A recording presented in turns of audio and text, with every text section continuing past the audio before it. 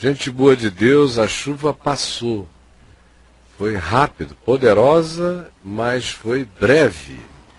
E porém benfazeja. Aqui, toda vez que chove, eu estou feliz com qualquer chuva que caia. O meu filho Daniel, assistindo o Papo de Graça, pediu para eu lembrar a você que no meu livro Brincadeira de Gente Grande, existe também um monte de alusões minhas e respostas minhas a essa questão da sexualidade que não sabe brincar.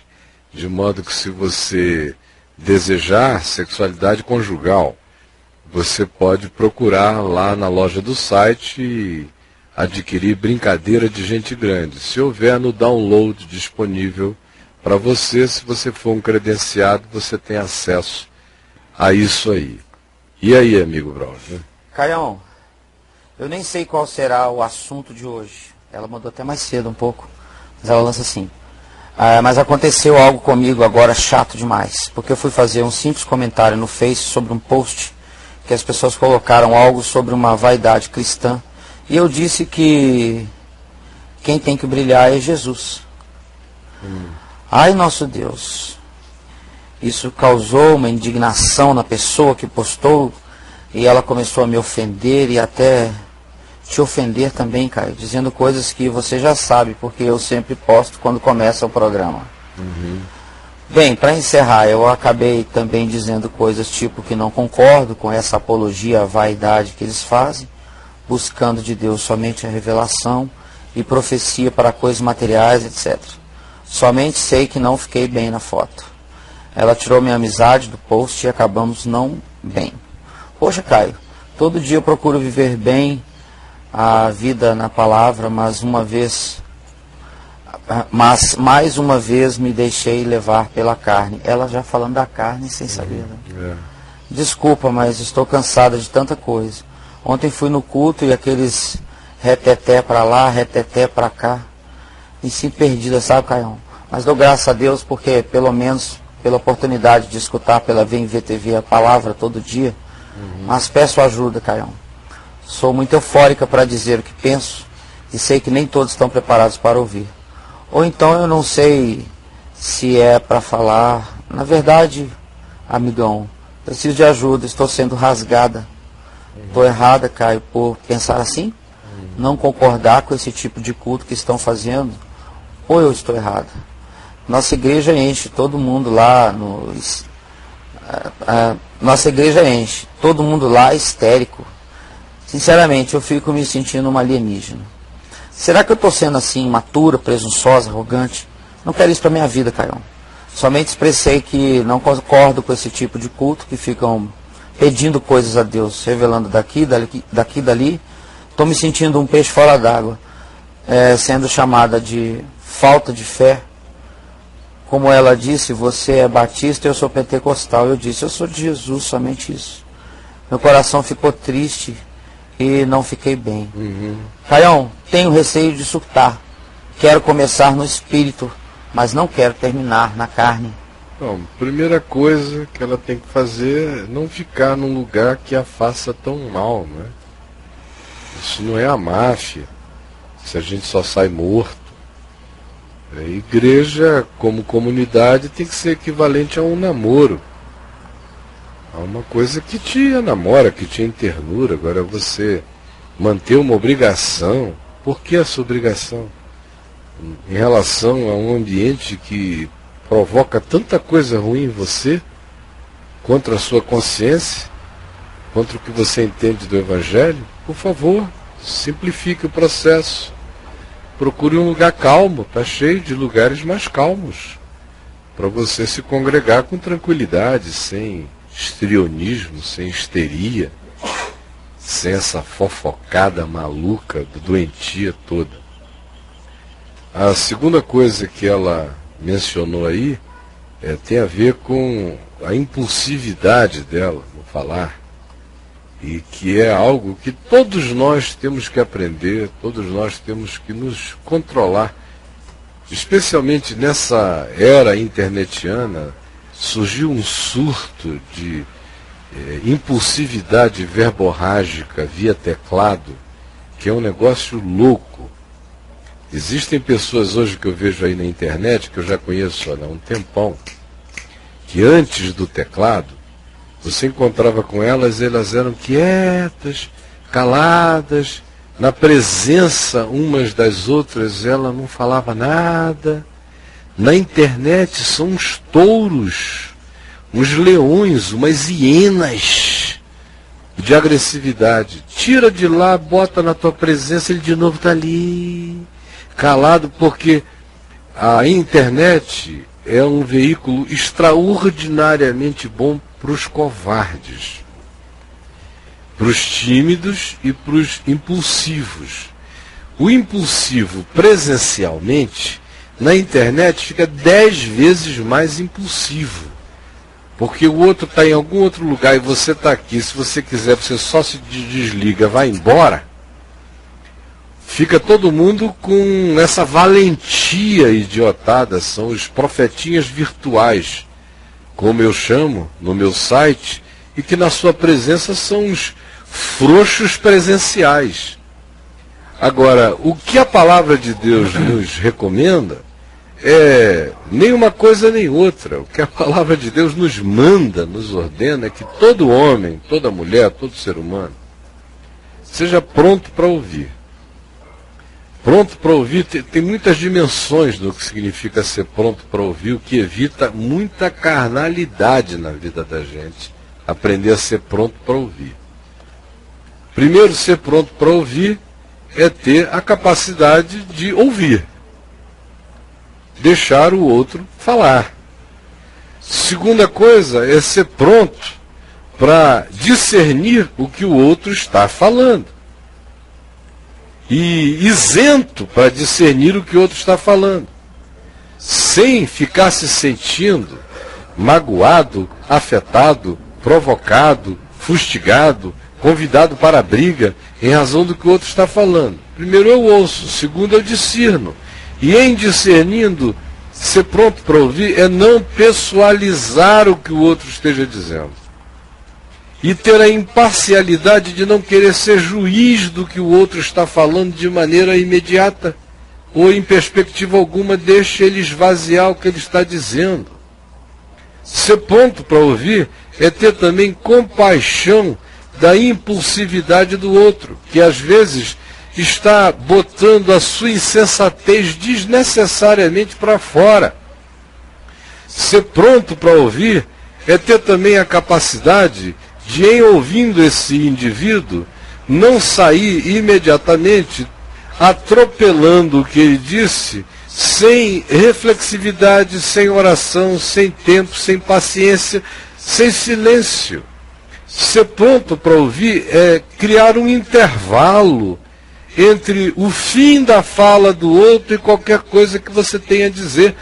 E esse intervalo pode ser de minutos, pode ser de horas, pode ser de dias, pode ser de meses. Você não tem essa obrigação de responder ao que o outro propôs. Como a gente está vendo no caminho do discípulo, nesse bloco novo que eu estou nele entrando, já é a 5ª aula, perguntas cretinas e respostas divinas, como Jesus raramente responde à cretinice da impulsividade maliciosa ou meramente impulsiva dos que falam. Ele escolhe o que dizer, como dizer, quando dizer, do jeito que ele quer dizer, se ele vai dizer alguma coisa, ou se ele diz, olha, eu te respondo isso se você me responder essa outra coisa, forçando o indivíduo a se enxergar, ao invés de dar a ele uma palavra formada, feita e configurada. Seja todo homem pronto para ouvir, seja todo homem tardio para falar, o que na internet também se tornou, eu estou falando na internet porque nós estamos aqui na internet, e é a cultura da maioria dos que estão conosco aqui. E é uma cultura que se universalizou, que se globalizou, de instantaneísmo. Seja no torpedo, seja na internet, tudo é instantâneo. Tem muito pouca gente que recebe uma coisa e diz, bom, deixa eu dormir em cima disso. Deixa eu refletir, deixa eu orar, deixa eu pensar. Tem certas coisas que às vezes eu converso com uma pessoa que demora 2, 3 anos, sinceramente, para eu chamar aquela pessoa e bater aquele papo. Às vezes meses, vendo, observando, ouvindo, para chegar e dizer. Há outras que eu percebo, por já ter discernido bastante aquilo, percebo que se eu deixar 1 minuto a mais aquilo proliferar, aquela pessoa vai se fazer muito mal e vai fazer mal a outra. E nesses casos eu esmago a baratinha na esquina da casa na mesma hora. Pouco!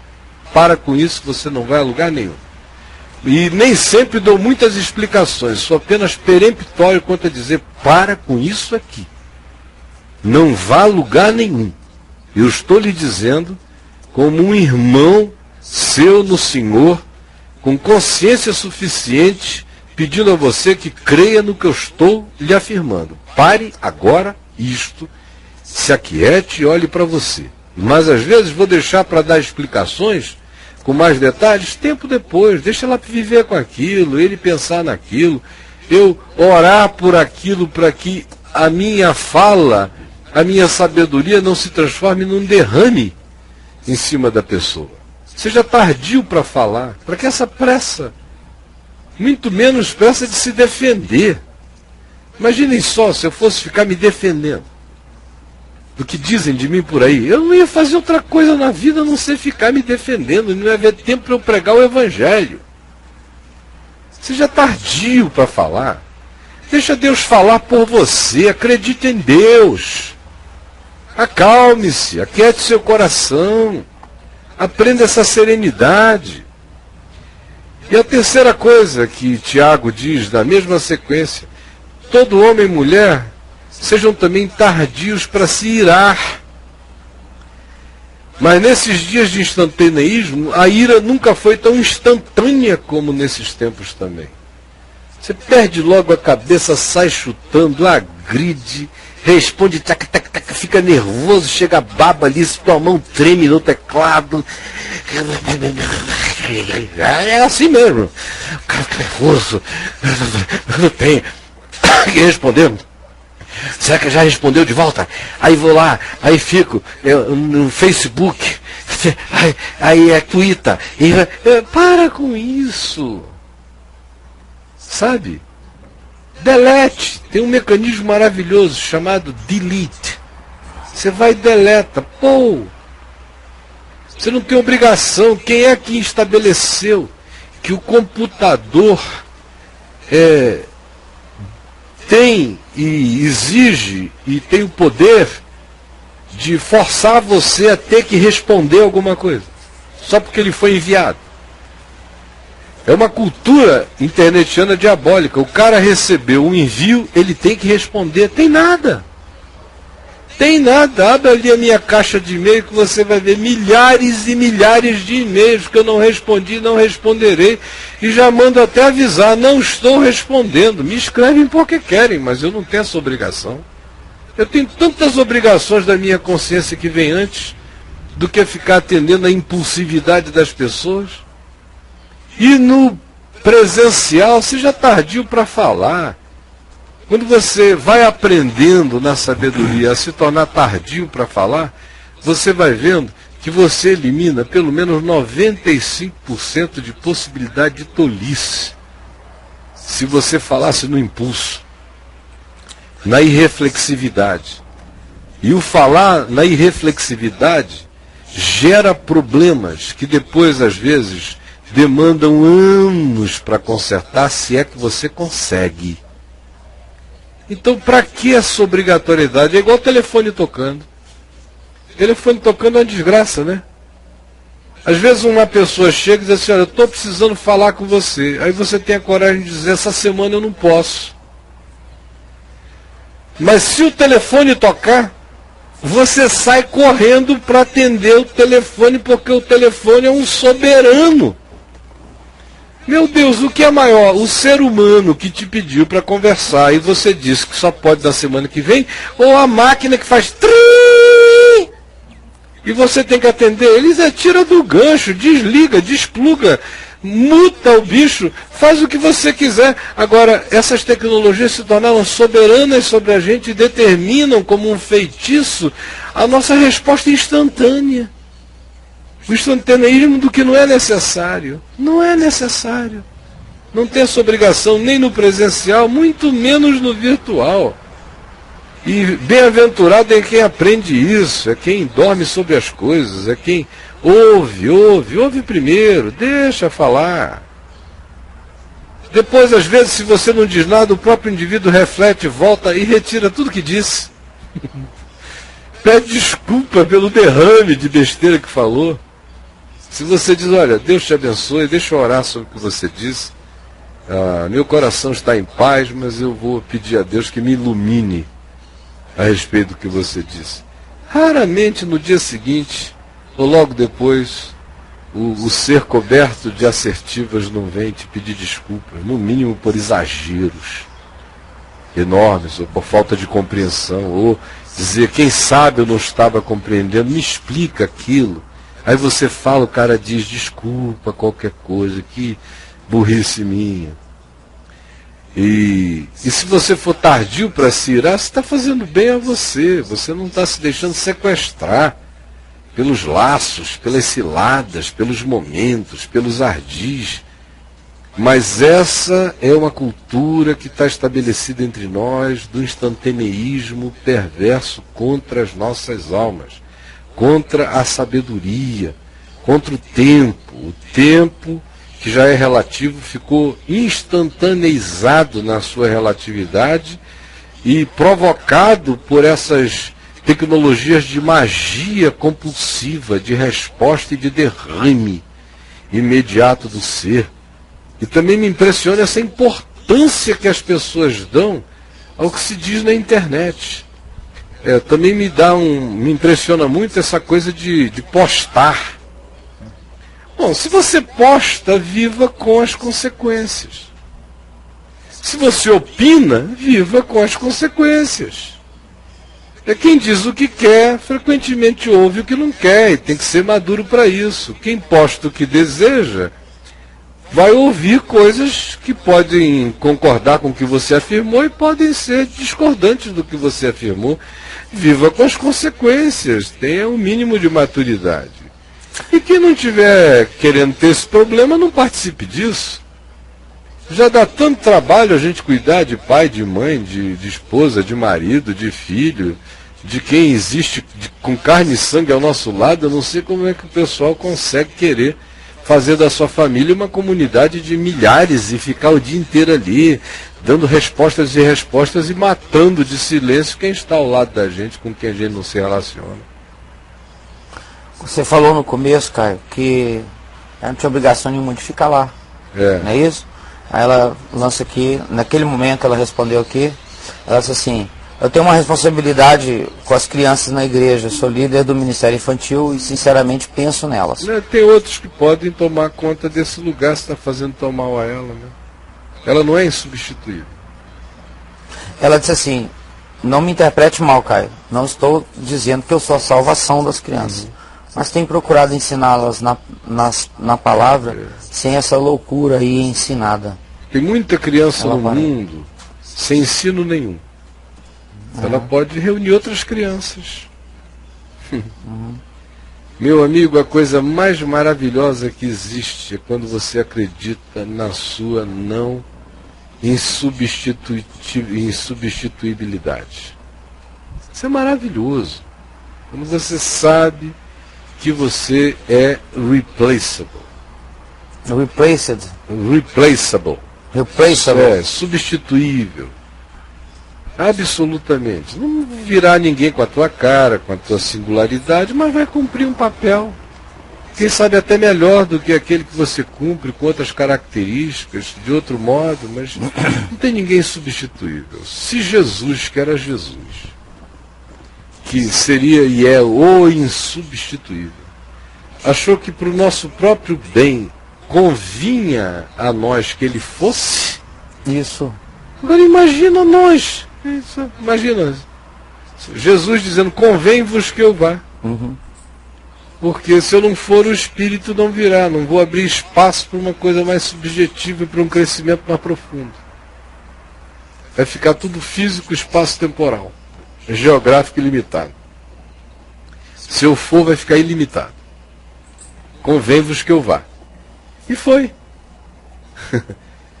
E creu no Espírito Santo.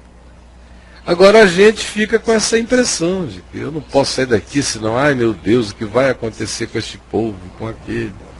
Eu aprendi nesses 40 anos, meu amigo, sobre a minha substituibilidade. E isso é de uma libertação extraordinária. E às vezes libertação até para o ambiente, porque quando você se coloca nesse sentimento missional do insubstituível, ainda que você tenha uma boa intenção ali no meio, você pode estar dentro dessa distorção, está prejudicando aquelas crianças. E é uma carnalidade, é obra da carne. Está na carne, né? A insubstituibilidade é obra da carne, que a gente vê muito em igreja, esse pessoal que se mete em tudo, que diz que tem ciúme das coisas de Deus, das causas de Deus, do dinheiro de Deus, dos ministérios da igreja, tudo na carne. Se metendo em tudo, corrigindo em tudo, cobrando dos outros, porque não veio, porque não apareceu, porque não sei o que, e tal, e julgando, e se sentindo melhor e maior porque pode, porque foi, porque estava, até porque esteve sozinho. Carne, carne e carne. 1000 vezes carne. Não se prostitui, mas pratica essa carnalidade da idolatria, da sua indispensabilidade e do seu ego. Carnalidades. Musiquinha começou a tocar, Braulio. Acabou? Não, só começou a tocar. Dá para fritar mais um bife? Dá, uma carninha. Isso. Se não for um jabazão. Não, é uma declaração que ela está fazendo desde antes e está insistindo, eu vou lançar aqui. O desejo selvagem faz parte do humano, Caio. Parênteses, desejos animalescos. Claro. Pois o cérebro tem uma parte mais primitiva. Parênteses de novo. Isso é comprovado cientificamente e pode ser evidenciado. Fecha. Amígdala. O resto é hipocrisia. Amígdala cerebral. O resto é hipocrisia e auto-engano. Como eu não li isso, certo? Não li o quê? Essa mensagem que ela está mandando já há um tempo, aí ela escreveu assim: vocês são pessoas que gostam da concordância. Quando há discordância, vocês tentam ironizar. Eu acho isso engraçado. Fecha aí e acabou. Eu não entendi o que ela quis dizer. O que ela está dizendo é que a animalidade... Que não tem jeito, que a que carne está aí... dela é incontrolável. Que a carne está aí, que não tem jeito. Mande uma carta para o Espírito Santo, para Paulo, para quem nos manda ser assim. Sim. Sabe? Envia um e-mail para a Trindade. Esse pessoal do secretariado. É, de Deus, porque eu só estou dizendo aqui o que a palavra me manda dizer e o que, pela misericórdia de Deus, com toda a minha relatividade, dia a dia eu vou crescendo na possibilidade de viver, de praticar, de experimentar e de provar. Então ela argumenta e eu sou tão humano quanto ela. Eu tenho uma amígdala cerebral primitiva, eu tenho uma estrutura neural defensiva, eu tenho mecanismos de disparo químico, adrenalínico e de outras naturezas que são disparados diante da opressão, do perigo, da ameaça, da provocação. Tudo que tem nela tem em mim. Talvez em mim tenha em dose muito mais forte, porque quem já quebrou a cara de muita gente na rua sem medo de bater fui eu. Na infância, quem corria risco sem medo era eu, não sei ela. Então eu conheço o tamanho do bicho que me habita. E sei que esse bicho, quando eu cheguei para o meu pai e me converti, e ele disse: quais serão as suas maiores lutas na carne, meu filho? E eu disse a ele: eu acho que vai ser sexo. Foi o que eu falei para ele naquela altura. Aí, o que eu faço? Com esse assédio todo que tem por aí, a minha resposta natural. Aí ele disse: meu filho, dentro da gente nós temos duas naturezas. Tem uma que é absolutamente animal. É um bicho, é uma fera. E tem outra que se está instalando em você agora, pela sua vontade de ser de Deus e desenvolver a mente de Cristo em você, presente também em você. Uma milita contra a outra, como eu li aqui em Gálatas 5, Paulo falando. Está em guerra, uma contra a outra. Vai depender de que lado você alimentar mais.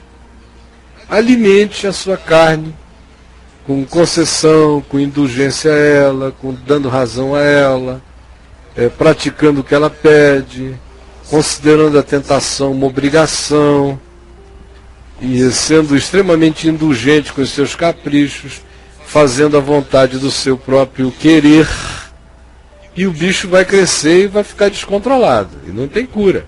Você vai se animalizar cada vez mais, vai ser um animal, você será apenas um mamífero humano, com a natureza que pode ser extremamente aguerrida e perversa, dependendo do que você alimente. Quanto mais carnívoro você venha a se tornar nessa história toda, nesse caso canibalesco, que você vai comendo gente. Agora, se você alimentar o outro lado, que a gente alimenta pela palavra, dando razão a Deus, pela fé, em dando razão a Deus, praticando a palavra, não sendo indulgente com você mesmo, não considerando a tentação uma obrigação. A tentação vem, a tentação vai. O que tem que prevalecer é a sua consciência, desenvolvendo caráter, praticando o amor, crescendo em amor, exercitando paciência, exercitando misericórdia, exercitando bondade. E ele disse mais, eu aconselharia uma coisa muito prática a você. Comece a ler o Novo Testamento para sua mente e ficando impregnada desses valores e desses princípios espirituais, e jejue. E eu fiquei 10 anos jejuando, eu fui diminuindo a prática do jejum quando os meus filhos começaram a crescer e eu tinha que ficar mais à mesa com eles. Mas eu tenho testemunhas às centenas de como nos primeiros 10 anos da vida eu me dedicava ao jejum, dia sim, dia não. Tinha um dia que eu comia, tinha um outro dia que eu não comia e não bebia. E nos fins de semana, no mínimo, sexta, sábado e domingo, eu não comia nada. Às vezes eu bebia um golinho d'água, obrigado pela minha mãe. E havia aqueles períodos em que eu queria, depois de um tempo, o jejum vai virando um banquete mental, espiritual. Você para de sentir fome, você para de sentir sede, você para de tudo. E a sua mente vai crescendo, vai se agigantando. Aí eu ficava 5 dias, 6 dias, 7 dias. Quando eu ficava 7 dias, às vezes minha mãe me forçava no 5º dia à noite a tomar um pouquinho de caldinho de carne. E eu tomava mais para ela não morrer de angústia. E a mente crescendo.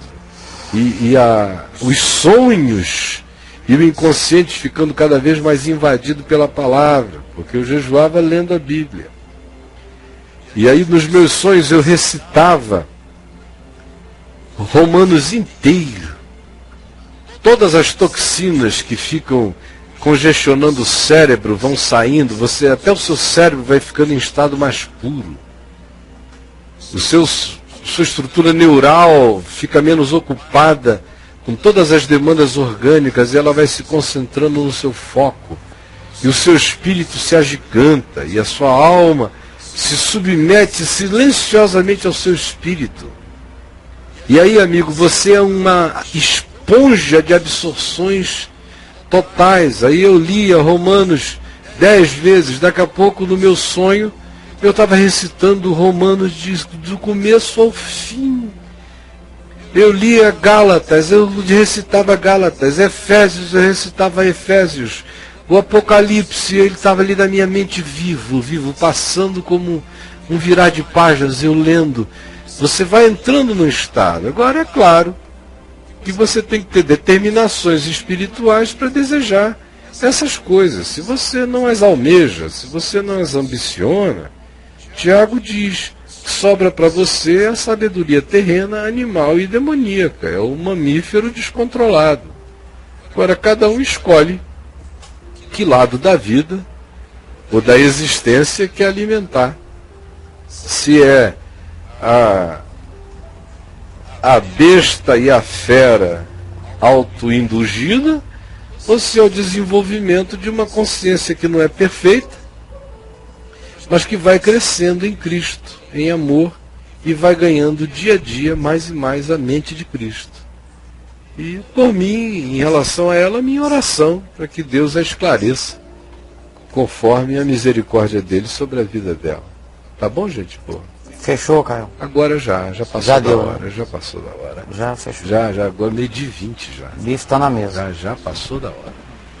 Gente boa de Deus, este foi o Papo de Graça de hoje. Nós vamos parando por aqui. Amanhã é sábado, domingo a gente volta ao vivo às 19 horas com você, lá da Estação do Caminho da Graça.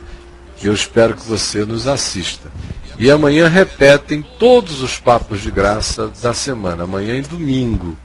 Amanhã cedo você assiste segunda, à tarde você assiste terça, à noite você assiste quarta, e assim por diante. E assista tudo, recomende aos amigos. Segunda-feira, às 9 horas da manhã, a gente volta ao vivo aqui com você. Minha gratidão a todos os amigos que nos ajudaram a fazer esse momento acontecer aqui fora e lá dentro. E também a você que esteve com a gente até agora. Que Deus nos abençoe, um beijo para todos e bye bye, planeta Terra.